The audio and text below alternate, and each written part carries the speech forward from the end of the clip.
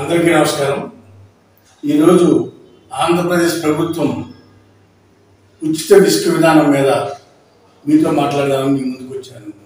ముఖ్యంగా ఆంధ్రప్రదేశ్ ప్రజలకు తెలియజేయడం ఏమనగా, ఇంతకుముందు ప్రభుత్వంలో ఇసుక సుమారు 680 రూపాయలు 700 రూపాయలు టన్ను ఉండటం వలన చాలా ఎక్కువ రేట్ అయ్యి అది సకాలంలో దొరక్క భవన కార్మికులంతా కూడా చాలా ఇబ్బంది పడ్డారు.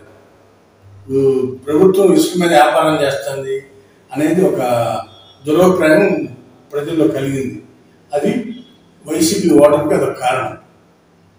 ఇకపోతే ఈరోజు తెలుగుదేశం ప్రభుత్వం ముఖ్యమంత్రి నారా చంద్రబాబు నాయుడు గారు తీసుకునే ఉచిత ఇసుక విధానం, ఫ్రీ శాండ్ పాలసీ తీసుకుని ఆయన ఆంధ్రప్రదేశ్ మొత్తానికి 8వ తారీఖు జూలై 8వ తారీఖు నుంచి ప్రారంభం చేయాలని నిర్ణయించడం జరిగింది.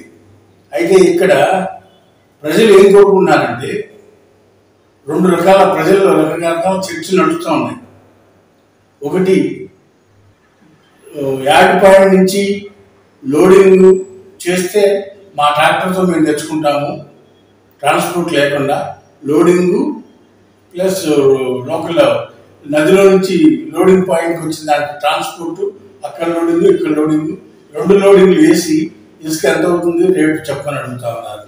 ఒక వర్షం ఏమంటే ట్రాన్స్పోర్ట్ వెహికల్స్ కూడా ప్రభుత్వం ఏర్పాటు చేసి ప్రజలకు అందించాలనేది కొంతమంది కోరుకుంటారు.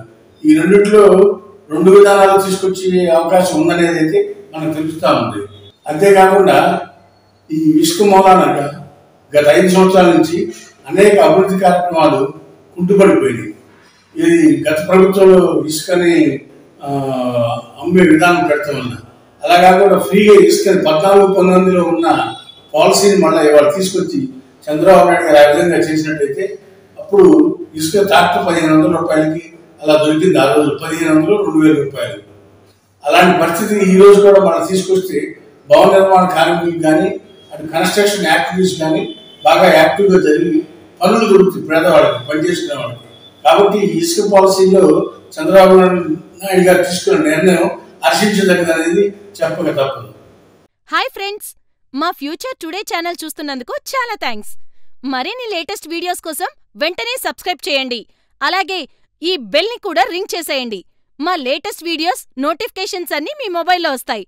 మా వీడియోస్ మీకు నచ్చితే లైక్ చేయండి, షేర్ చేయండి, నచ్చకపోతే కామెంట్ చేయండి.